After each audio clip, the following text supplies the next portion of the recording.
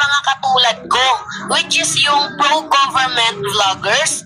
At hindi lang pro-government, yung mga sumusuporta na vlogger sa administrasyon ni PBBM. Lahat po ay may threat. So, nakita ko kasi itong video na ipinasa sa akin na yung pangalan daw po namin ay nakalista na. So, markado na daw po ang name namin at ipapasa daw po ito sa kanilang intel.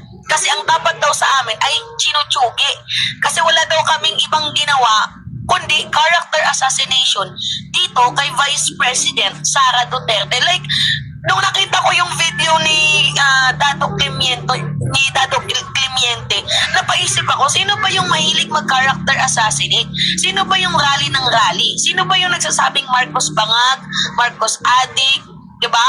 Marcos puro lang party, Marcos puro lang gala, puro lang lamierda, di ba? Marcos may sakit. So, sino ba ang mahilig mag-character assassinate in the first place?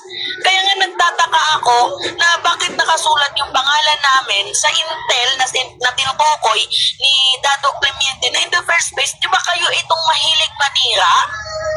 Di ba kayo itong mahilig mag-character assassinate? Bumubuo pa nga kayo ng grupo eh. O anong klaseng grupo? O doon sa EDSA People Power. Diba? Sa EDSA Shrine. Anong ginagawa ninyo? Nagtipon-tipon kayo. Hindi lang yun yung unang beses. Diba meron din kayong hakbang ng maisog? Na hindi lang isang beses na ginawa yung rally na yun. Simula January, February hanggang umabot na ng August. Lagi kayong nagkahakbang ng maisog rally. Hindi lang hakbang ng maisog rally, hindi lang EDSA Shrine People Power, kundi